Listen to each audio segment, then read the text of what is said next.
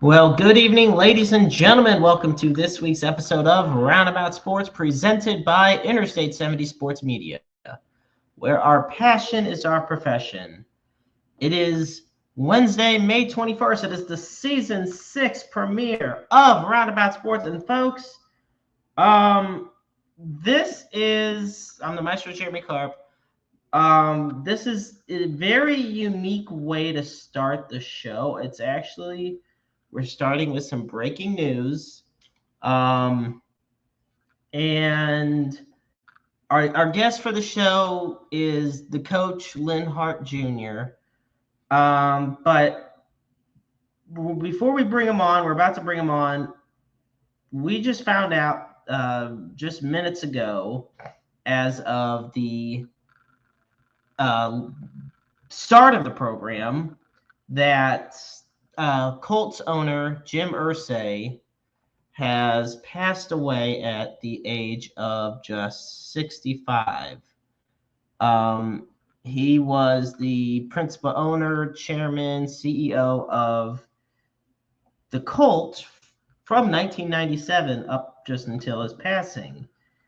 And obviously, we don't have all the details as far as what happened, how everything happened, but it's yeah. I know this is not usually how we start the show. This is definitely a different occasion. So let me just say you can find Roundabout Sports on Spotify, on iTunes, iHeartRadio, Pocket Cast, Amazon Music, anywhere else you stream your shows. And you be sure to please follow Interstate 70 Sports Media on Facebook, X, and on our official YouTube channel. Roundabout Sports is also on Facebook as well.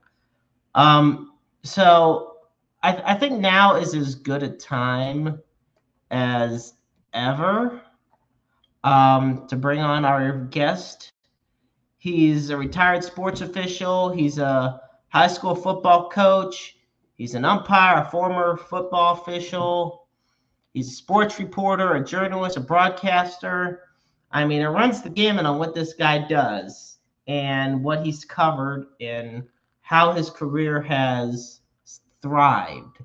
So it's my distinct pleasure to welcome this evening on the season 6 premiere, episode 132 of Roundabout Sports, the one and only Lin Hart Jr., better known to everybody as the coach.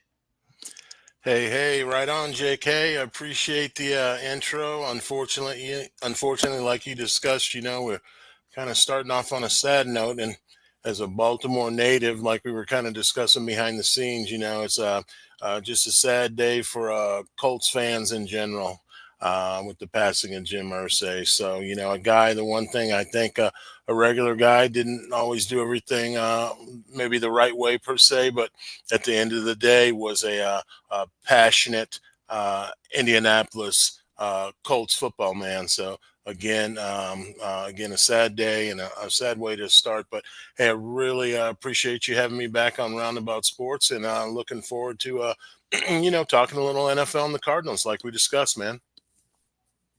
Absolutely. It's such a pleasure to have you on. Thank you so much. And I guess to continue the NFL talk, so today, and this is what's really kind of ironic in all of this as well, is today was the NFL owners meetings, like the spring meetings. And the most notable part of this is, this was interesting. So San Francisco 49ers owner Jed York asked a room full of NFL owners on Wednesday morning, after 45 minutes of debating, he says, quote, "Can we just vote already?" Now, what you may ask, folks, it is quite simple. It is whether or not to ban the tush push. And folks may wonder what the tush push is. Okay, it is basically a play that the Philadelphia Eagles, the defending Super Bowl champs have mastered. And the Green Bay Packers over this offseason had put forward a proposal to get the play banned and considered it a legal play. And in the NFL, a majority vote is 24 out of the 32 teams have to support the measure.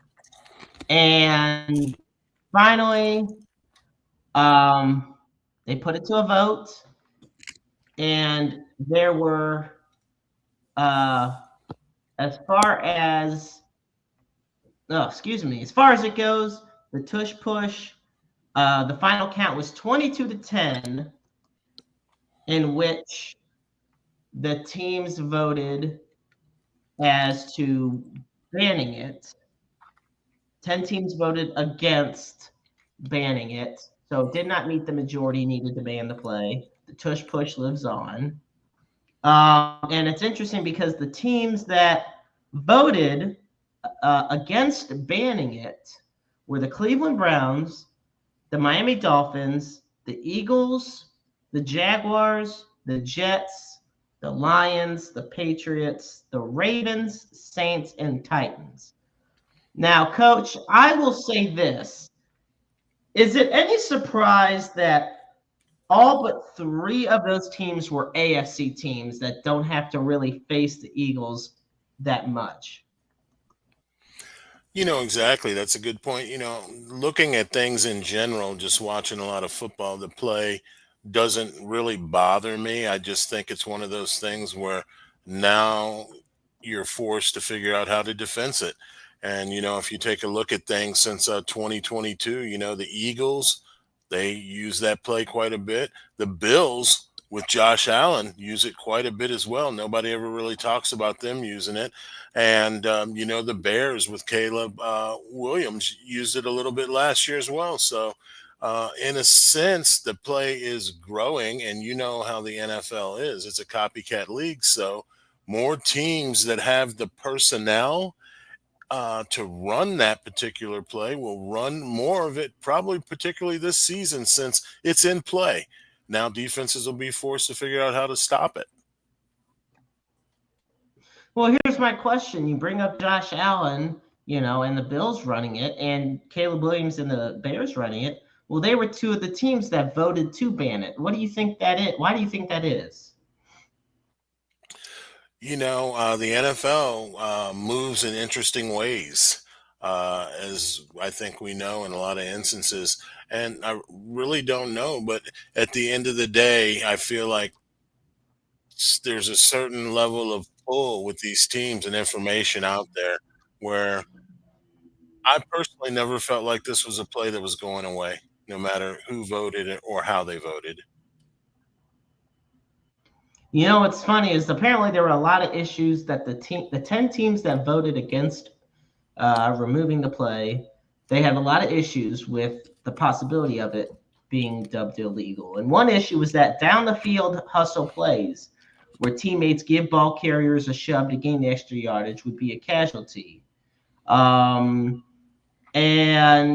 another source says that was close to the situation, says that the Packers were very broad in their rewriting of the rule, and it would also just be very hard for them to officiate in general.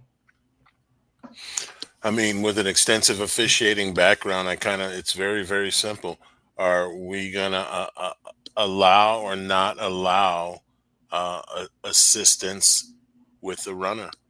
And it's really no middle ground there. So at this point, that's going to be something that's going to be allowed. So it will have to, like I mentioned earlier, be defense. We can talk about it now all we want, but as you and I both know, it's going to be probably a pertinent part for a number of different teams, even trying to implement it and get it down to perfection if they feel like they have the personnel to run that package.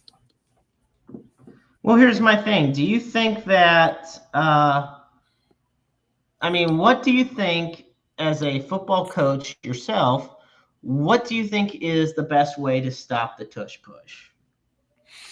Well, you have to be diesel down the middle. It's all about winning the line of scrimmage, and they're winning the line of scrimmage at the snap, which gives them some forceful momentum forward. And then I looked at a couple of the plays before we came on. You have essentially 6'4", 6'5", 6'6", 260, 70-pound guys pushing a guy who already can squat 600 pounds, if we're talking about the Eagles per se. So you just have to be strong down the middle, and you have to win the line of scrimmage. That's the key. Do you think, that becomes hard because you look at how much defenses get flagged for trying to stack the box and the possibility of an increase of neutral zone infractions? I mean, it comes down to personnel on defense stopping it as well. Yes, you have to win the line of scrimmage, but you have to have the personnel to match the personnel that's running that play offensively. So, there's a lot of different ways to look at it, but eventually somebody will come up with the proper scheme to stop that play. It's here right now, and I just feel like the NFL works like that. We've seen a lot of things kind of come and go. This is here. We're 2-3 years in with it, and give NFL, defensive personnel and coordinators a couple years to figure out how to stop a play, and then we could very easily see this play fade away, just like some of the other things that we've seen. I think the Wildcat is a prime example in my personal opinion, because you take a look at the Wildcat formation in like 2009, 2010 was a huge popular formation, and eventually teams caught on to it and were able to, adjust their defenses accordingly. Now, another interesting thing that came out of the owners' meeting. So, okay, anybody that knows me personally knows that for some reason, I'm a big fan of offensive linemen. And some of my favorite players of all time are offensive linemen. And so they, former offensive tackle Andrew Whitworth and current offensive tackle for the Bills, Dion Dawkins, set forth a proposal that has gotten passed by the owners to create a new award. It's called the Protector of the Year Award. So it's ironic that I will say that this happens after Zach Martin retires. Kind of get a kick out of that. But yes, the NFL is introducing the Protector of the Year Award, which will be given to the league's best O-lineman. The winner will be decided by a panel, they said, that includes a number of former O-lineman greats. And Dion Dawkins said on X, quote, "History was made today, something starting with an idea and conversation, and now the award is here." Coach, what are your thoughts on this type of new award? I love it. Why not have an award for where it starts? Again, like we were talking about, things are won in the trenches. We saw that in the Super Bowl. And I just think it's key now that offensive linemen can get some of the limelight that they really deserve just doing the dirty work, doing the dirty work out there. But I love it. And also, I think the thing that'll go along with that, is we'll see some increase in pay for offensive linemen as well. And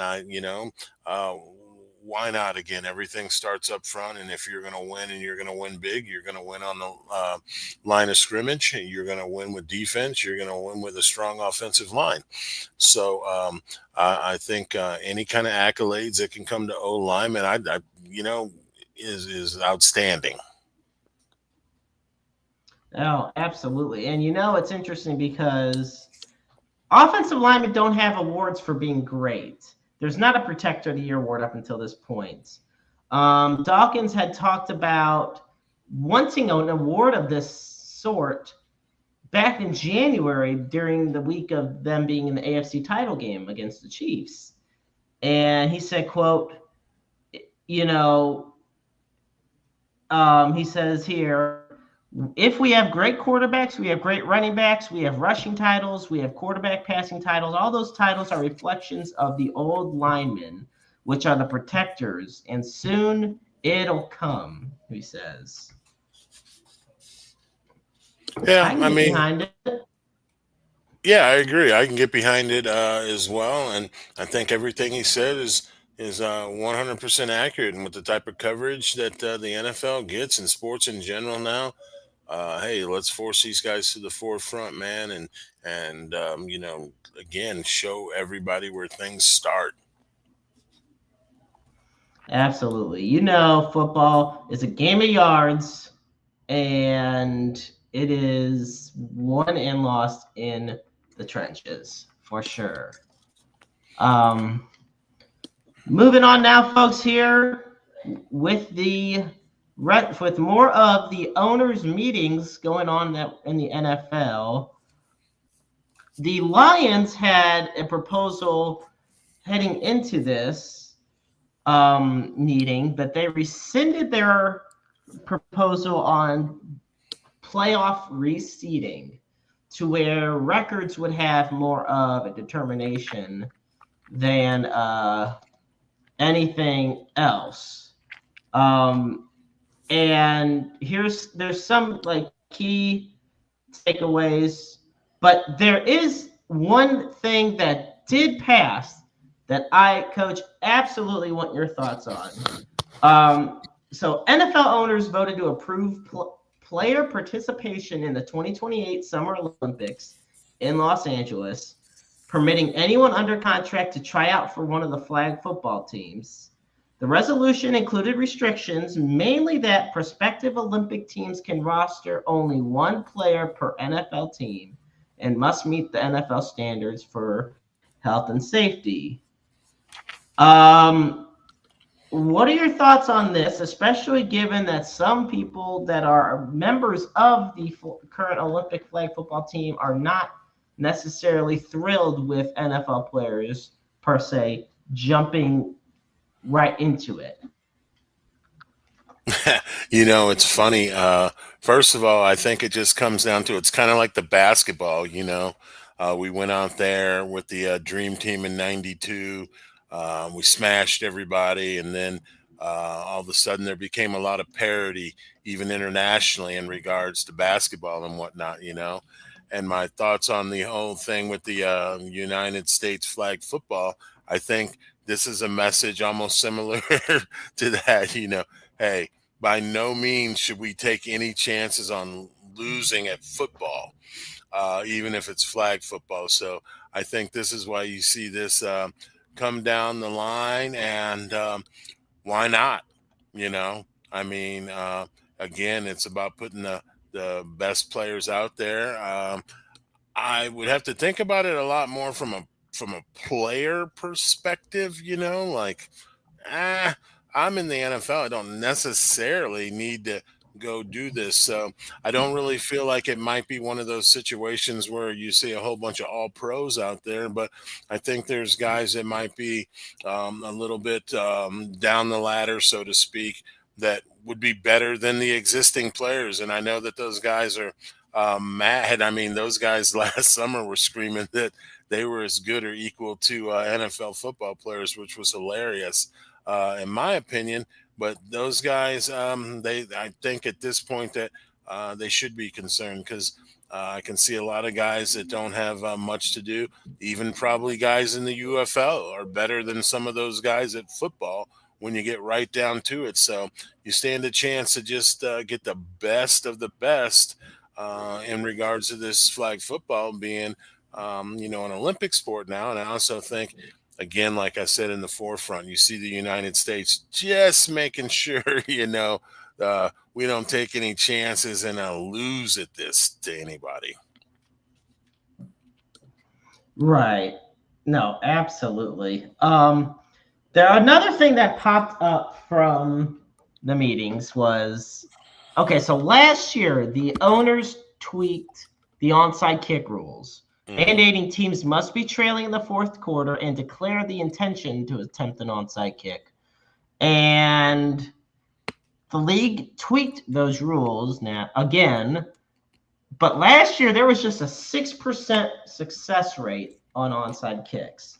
Now, according to NFL Network's Tom Pelissero, teams can declare an onside kick at any time in the game, and the kicking team will line up 1 yard closer to the opponent. But the NFL, in my opinion, and Coach, I'm going to get yours on this. To me, the NFL admitted the most important component of the onside kick: the surprise of it. Like, regardless of the game situation, regardless of the score and positioning of the kicking team, the best time to attempt an onside kick is when nobody knows when the hell you're going to do the onside kick. Imagine in the Super Bowl when the Colts were playing the Saints, Sean Payton kicks off the second half by saying to Tony Dungy, "Hey, I'm an onside kick it." You completely just lose all surprise of it, and obviously the Saints wouldn't get it at that point, but it's the surprise and the boldness that is what led to that being successful. Now, a skilled kicker can get a good bounce for his team, but a prepared special teams unit, knowing what's coming, can very well offset that. And it's a huge momentum killer. Coach, what do you got? A couple of things here. When the NFL made the change to the XFL UFL kickoff rule, they essentially took what we're talking about out of the game and the surprise portion of it. My thing is, we didn't really need to change it for any specific safety aspects, even though that's what they claim. The ball was going, man, through the uprights sometime from some of these kickers. We weren't having a significant amount of returns anyway, even with the old traditional kickoff. So they should have just left that alone, and then it would have left the element of surprise in there, for all of the teams in the league. And also to add on to that, the thing is, you touched on it just a bit. You know what? If we know that we might onside, or we might find a spot like that, Sean Payton one that you're talking about, that's something that we've repped in practice. Okay. How much were they repping onside kicks in practice probably last year, when, first of all, the element of surprise is completely taken out of it. If I know it's coming, can have I think just a greater percentage of a chance of stopping it and not getting beat against that play. So, I would be interested to really know how they fix that without going back to a more just your traditional kickoff and kickoff return units. Right. And regardless of the situation as far as game situation, positioning of the kicking team, the best time to attempt the onside kick is when they're not expecting it. And since teams still have to declare beforehand, it just still defeats the point. Now, to me, another loser of this owners meeting: competitive divisions in a weak conference. So, last year, the three teams in the NFC North and AFC West qualified for the playoffs. The only teams that didn't qualify were the Chicago Bears and the Las Vegas Raiders. Now, if they were seeded by record, both playoff conference brackets would have featured different wildcard matchups. Now, once again, the Lions withdrew their playoff seeding proposal before any official votes. The report from The Athletic is that the initiative received minimal support in the first place, and because owners did not want to take away the division winners' home field advantage. So if it went to an official vote, they did not expect even remotely close to the 32 or the 24 votes needed. Now, the Lions had suggested teams in each conference be seeded by the record alone, but division winners would still get a playoff slot. So this would mean, in essence, Coach, that a second-place team in one division could host a home playoff game if it had a better record than its opponent. So, for example, the Vikings last year would have been the NFC's number 3 seed and hosted the 6th-seeded Tampa Bay Buccaneers, even though the Buccaneers won the division and the Vikings finished in second. What are your thoughts, Coach, on the current playoff structure of the NFL in terms of seeding and home field advantage? I'm all about how the structure is right at this point in time, to be quite honest with you. I've always thought for the longest time the reseeding and different formulas that have been out there have been something that the NFL and NFL owners might just quite, might want to stay away from, for the simple fact that we all know that the key to business in the NFL is home games and hosting home games. I've always felt like the reseeding, somewhere along the way, somebody that was doing just fine with the old system who would host throughout or, win and keep it going, is going to almost screw themselves out of a home game with the potential reseeding formulas that are out there. So, to be honest with you, I don't like any of those. I like the current structure the way it is. I like the current wild card structure the way it is as well. The NFL will be like a lot of the teams here pretty soon. They'll probably add another something, where more teams can get in and this and that, and it'll have an NHL feel to it. But that's how it seems like all of these sports are going. The NHL was already like that. Take a look at the NBA and what they've done to their playoff structure in the last 10 years. Take a look at what Major League Baseball has done with their playoff structure, adding multiple wild cards now at this point. So it's just a matter of time before the NFL does something in regards to the playoffs or getting in the playoffs. But at the end of the day, like I said, I'm not a fan of restructuring, reseeding, and I hope that doesn't happen. I can understand the frustration of the playoff structure, but I also think you got to keep in mind that they've already expanded the playoff field. And that was a big step up and of itself. Then you take away the fact that now only one team gets a first round bye when it used to be the top 2 teams get a first round bye.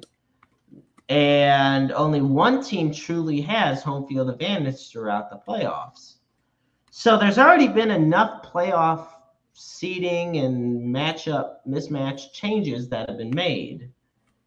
Whether or not more need to be made is, a different story. Now, my thing is, it's not exactly, because this is another thing. I think, and I think you would agree, if you restructure the playoffs the way the Lions were trying to propose it, it lessens the impact of winning your division. Now, in 2000, created the 8 division format, just for the sake of the geographical proximity. When the Texans joined the league, they revamped it. Before that, there were only 6 divisions, and some divisions had 6 teams, some divisions just had 4. It only mattered.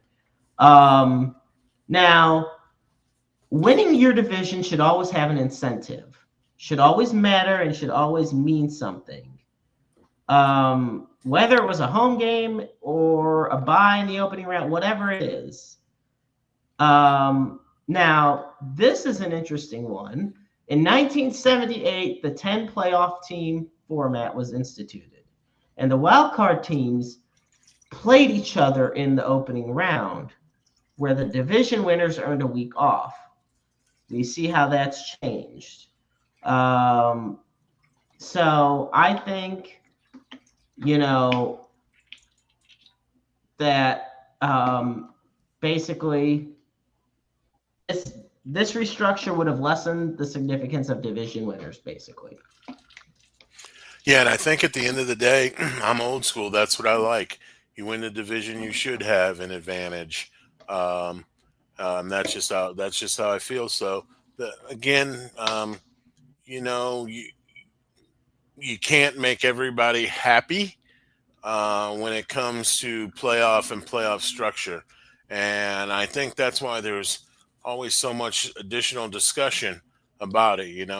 We want to make everybody happy, but at the end of the day, like you started off saying, there should be an advantage for winning your division. I absolutely agree. Folks, we are here at the halfway point in the season 6 premiere, episode 132 of Roundabout Sports. I'm the Maestro Jeremy Carp, and joining me via call here is the coach, Lin Hart Jr.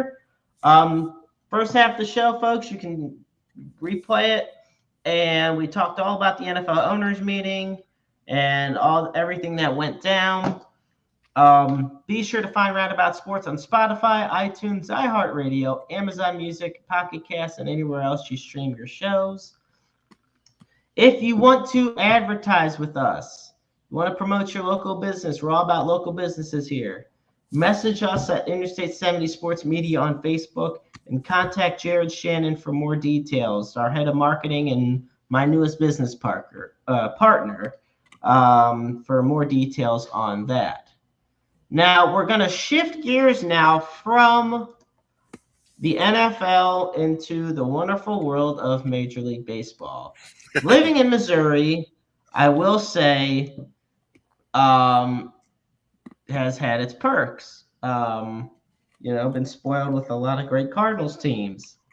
And last year and this year, the Royals have been really hot as well. Well, the St. Louis Cardinals, who were not expected to do much this year, have exceeded expectations. Now, yes, today they lost. So today, folks, for the live air time of this is Wednesday, May 21st. They lost to the Detroit Tigers by the score of 5-1. Now, Andre Palante came into today not having walked a batter in his last 2 starts, but he walked 4 today, 5.2 innings pitched, 4 hits, 3 earned runs, 4 walks, 3 Ks. Also,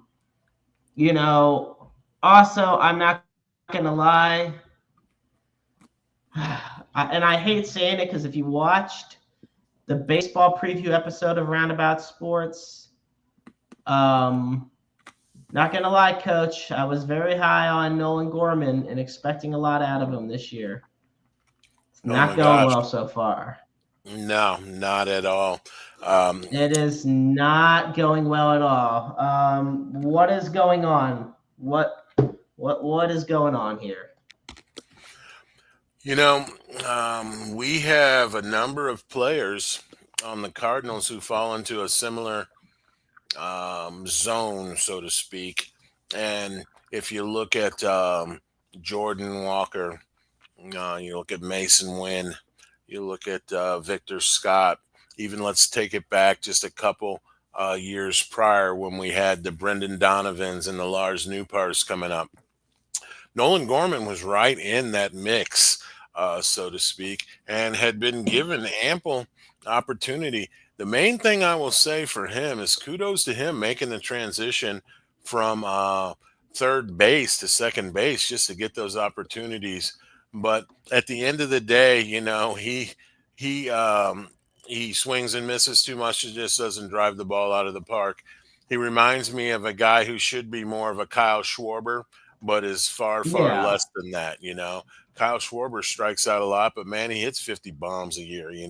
So and drives in 90 plus RBIs a season, and you can live a little bit more with that. But when you're just going up there and not producing, and a lot of the lack of your production, comes from strikeouts and swing and misses, not putting the ball in play. And if you just don't put the ball in play, nothing's going to happen. We can't tag runners up. We can't move runners up on balls put in play on the ground, so on and so forth. And what's interesting is when you talk about a lot of the young guys on this team, such as your Nolan Gormans, your Burlesons, your Jordan Walkers, Mason Wins. Okay, Nolan Gorman is the most experienced of the bunch, but he's not the oldest. And you can make the argument he was even promoted faster than Jordan Walker was, even though he wasn't the highest rated prospect.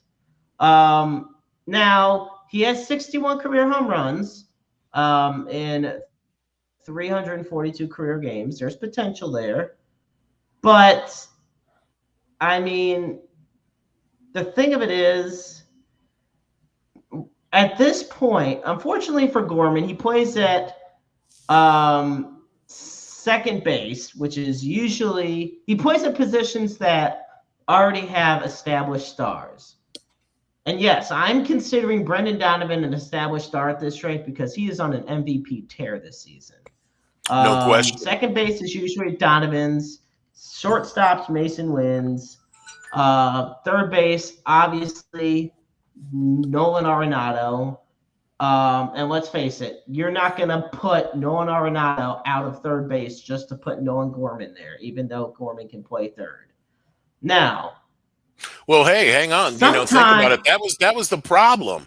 That was the problem. He had to make a position switch just to get his opportunities because we had Arenado probably in the last couple years of his prime. So he was not going to have any chance to get third base reps, really, barring injury. Yeah, I mean, I guess, but it's like, this is the thing. To me, I said a few weeks ago, this year was probably boom or bust for Jordan Walker. Nolan Gorman, this is a big season for him. Alec Burleson has specialized in squaring up on the ball. And he is, to me, really good in the field and at the plate. And it seems to be right now his best year so far. He's taken a lot more walks and struck out fewer times, which helps him when it comes to getting on base. I think that, I mean, as of yesterday, he was hitting 342 in the month of May and 4 home runs, and he only struck out 4 times. Now think about that. It's May 21st, and the man's hit as many home runs as he struck out. And he's only played 12 games. Gorman is not thriving the way or adjusting to where he can thrive the way guys like Burleson and Mason Wynn are. Well, I mean, it comes down to, if you really think about it, also, you're talking about Gorman. Gorman wasn't going to get the playing time at third base, okay? He was essentially beat out by Donovan, who I agree with everything that you said about Donovan, okay? Now we're talking about where are we going to play him? There's no place to play him. There's better people, better options for even DH. I'm looking at the stats. Be quite frank with you, before I move on and talk about Burleson, I'd rather see Lucan Baker hit than Nolan Gorman, to be quite honest with you. Ooh. Well, it's interesting because out of Burleson, Walker, and Gorman, as of the start of this week, Gorman's played the fewest games. There's been 48 games so far up to that point. Gorman played in 27. Burleson played in 40. Walker's played in 39. And Gorman's only had 92 plate appearances. Both Burleson and Walker have over 130 plate appearances. Hmm. Now, you're talking about these defensive shifts as far as positions. I mean, I liken it to what they did with Contreras because you had to put Contreras at first base because you saw as the Cardinals management, you saw the potential in his hitting, you know, to where you understood that this would rest him better. He was dealing with injuries the past 2 seasons. This keeps him healthier longer. Put young guys like Herrera at catcher. You get the ball rolling more. Like that's what I liken the situation to as far as switching guys around. Right. Okay, and so let me clarify myself. I was just essentially saying I'd rather see a Luke Baker at bat over a Gorman at bat. Okay, now talking about Right. Burleson. Okay, Burleson proved last year that he was a quality hitter. Okay, so they've given Walker a lot of opportunities out there, but again, like you said, 41 games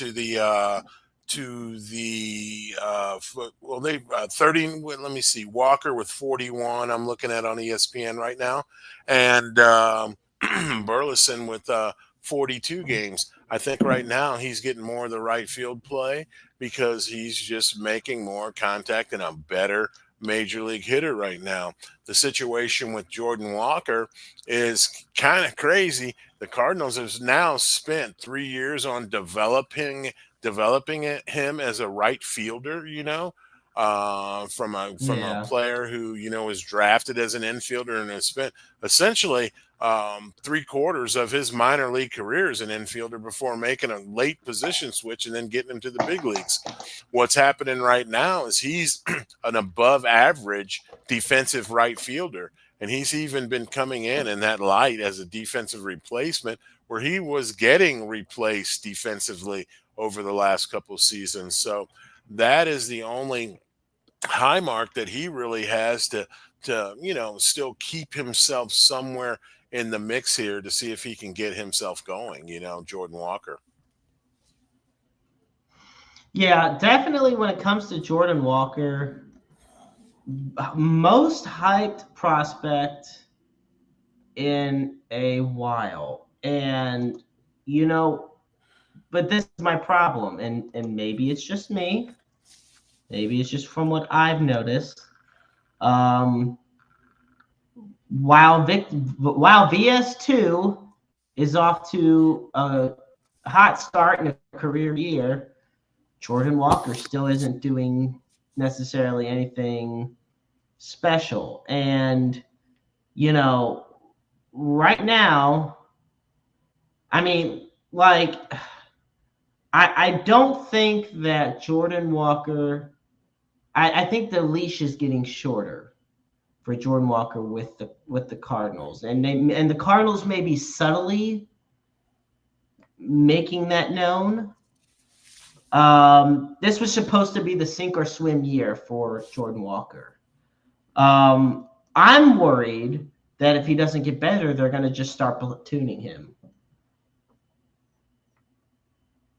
I mean, What do you think, this Coach? is this is the season that you're right. We do find out about Jordan Walker. I'm a big Jordan Walker fan, and it's interesting how at one point in time he, Victor Scott, and Mason Wynn were all teammates, and Jordan Walker is fallen significantly behind the progress of Wynn and Scott, while probably being given more opportunity, or at least the first opportunity or so out of those guys. And the thing is, with just 10 base on balls and nearly 50 with 48 strikeouts right now, you know, um, mm, again, a lot of swing and miss if you take a look at the Gorman and the Walkers of the world for the Cardinals. And I just also think with our new hitting coach, if you see what the other guys are doing, if you look at what the new pars are doing, Contreras, even Arenado, Scott, Wynn, and Donovan, putting more balls in play with this new hitting coach and his philosophy. So the swing and miss guys are kind of getting left at the bottom of the barrel, so to speak, with the Cardinals from what it looks like after the first, close to 50 games.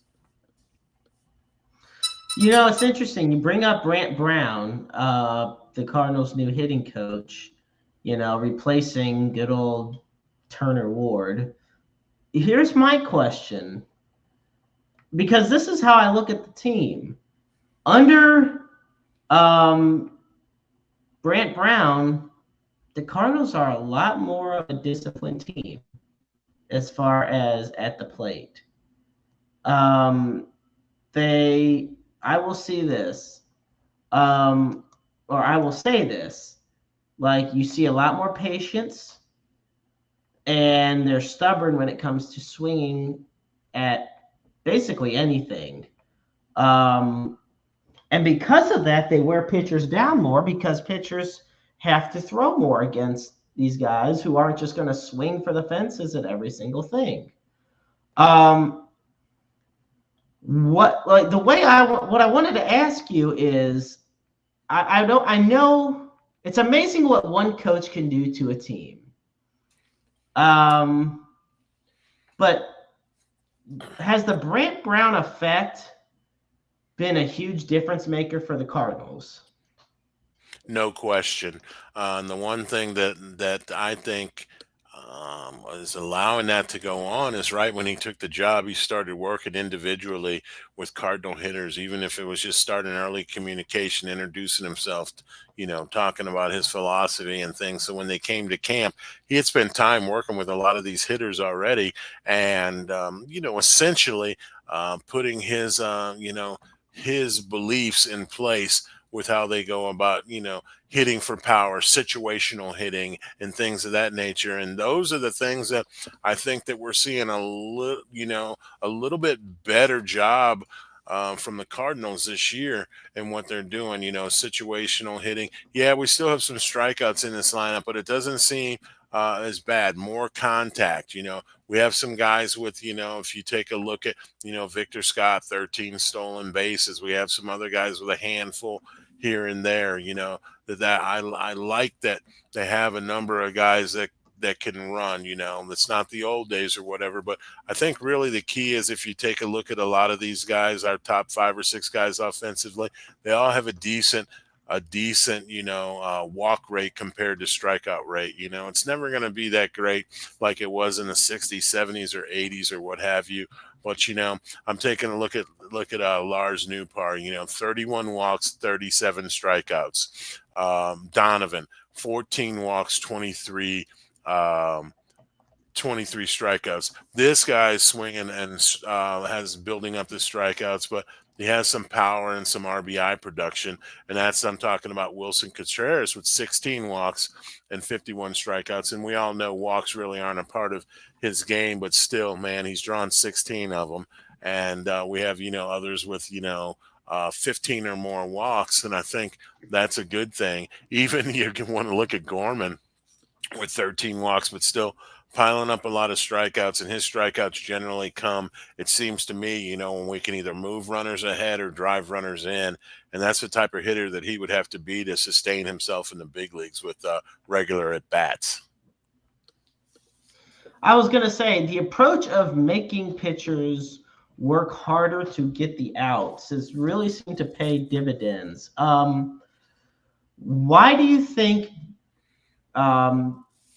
the old approach the Cardinals had under Turner Ward was more so just kind of, go right away and try to make the swing, whereas under Brant Brown, it's literally like you discussed and like I discussed, it's about patience at the plate.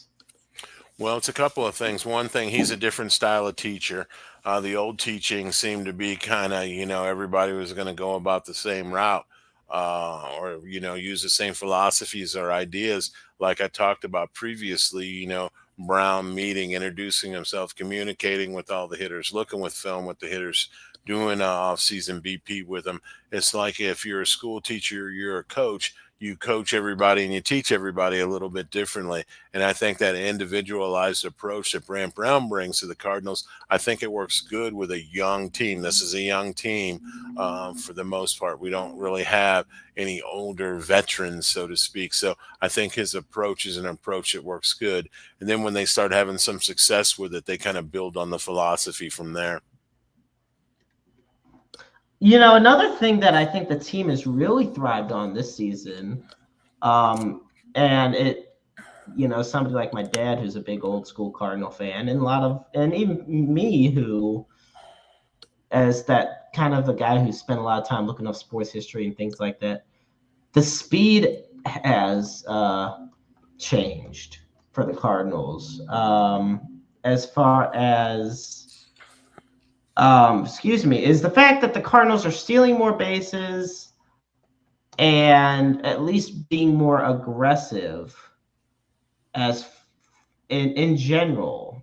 What do you get a take out of? In fact, like looking at, what do you take out of seeing teams when it comes to them stealing more bases this season? I take a look, the Cardinals are in the top 20 when they were near the bottom last season. I mean, right now, I'll say this much.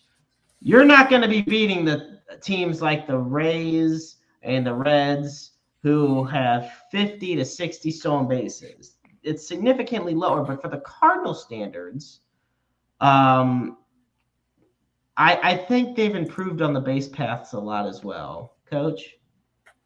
Well, I mean, to add to that, yeah, we can take a look at the stolen base numbers. And again, 31 stolen bases on the season. I mean, come on, let's be real. Victor Scott has half of those, okay? So we don't have a lot of guys stealing bases. The number that I really like to look at is the amount of doubles. And we have 97 doubles right now in 48 games, okay? So you're talking about running the bases, okay?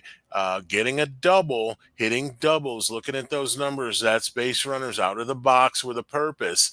And again, with a young team and some of the speed that we've talked about a little bit, that's an important number to keep your eye on for the Cardinals. I feel like offensively, when the Cardinals are going good, yes, it is great to get stolen bases. And outside of Victor Scott, he's probably going to be the main man. Mason Wynn, probably don't want him running too much with the back issues and things that he's had. We just need him to play shortstop, But keep your eye on the doubles, okay? Newpar, 10 doubles. Donovan, 16 doubles. Contreras, 9. Arenado, 10 doubles. Go all the way down the line. Pa has 8 doubles. Gorman, 5 doubles. Herrera, 6 doubles. You know what I'm saying? Mason Wynn with a half dozen of those. Victor Scott with 8. So a lot of doubles. That's going from home to second, keeping guys in scoring position. The percentages of us scoring run with those doubles are very high with balls put in play, singles, moving guys around, hitting behind the runners. Okay, now we can drive guys in from third base, hitting the ball to first or second base or a fly ball or something. So our options to score just increase so much with those doubles. So something we should keep our eye on. There are 2 more stats I really want to actually, it's interesting. You talked about the doubles. And the Cardinals are second in baseball. They have 97, like you said. Diamondbacks have 100. They're the only team ahead of St. Louis. St. Louis is second in hits with 450. They are in the top 6 with 240 runs. But I think what I love most about this team, average. They are, as a team, collectively hitting 263, which is third best in all of baseball. The only 2 teams ahead of them are the Phillies and the Dodgers. Now, look, this is where I'm getting, and this will be probably my last big point before I get your thoughts and we start wrapping it up here this evening. Mm-hmm. If your average is just right below the highest payroll in baseball with the supposed big all-star team, the defending World Series champions, whereas the only offseason move you made was signing a relief pitcher? Say what you want about the Cardinals and how stressful they can be, but Yeah. they're doing something. The Cardinals are doing something right. Well, we've spent a good amount of time talking about the Cardinals offensively, and I know that we're getting towards the end. But the thing I will say is the Cardinals pitching, although they didn't do much, the Cardinals pitching is holding up. And that's all I can really say about the pitching. It's holding up. We're supposed to have a strong bullpen with one of the, if not the top closer, and Ryan Hensley, as far as our closer. Okay. We're supposed to get this game to the sixth or seventh inning, and then our bullpen is supposed to do the job. And right now, the Cardinals are essentially doing that, getting the games into the sixth, seventh, eighth inning, on the games that we've won, and being able to get that game into the bullpen, and then go from there in the seventh, eighth, and ninth, where we have a little consistency with what we're doing out of the pen. And then again, we have arguably the top closer in baseball. Yeah, I agree with you wholeheartedly. The pitching, and I think the reason I wanted to focus more on the hitting, at least for this week, is because last year they were such a disappointment. The pitching has been very good the past couple seasons. It was always the hitting that was letting the team down. Now you finally have a team that can hit, and the pitching is still very solid. And like you said, top closer in baseball, extremely strong bullpen, and the rotation, for the most part, has held its own pretty well. So I think it's a great point across the board. And I look forward to when we will be talking more about the Cardinals and in general. Now, before I let you go, Coach, next time you're on, I want to talk more about you and your career in life and everything. Where can the amazing folks that tune into the show find you on social media and learn more about the coach himself? A couple places they can find me at the coach 28 on Instagram, the coach _ 28 on Instagram. On X, they can find me the coach 28, and on Facebook they can find me under my first name Lin, Lin, and last name Hart, Hart Jr, Lin Hart Jr. So that's where you can find me at this point. Kind of just man, just getting back going with doing something with you, and just very happy and glad to be back on Roundabout Sports.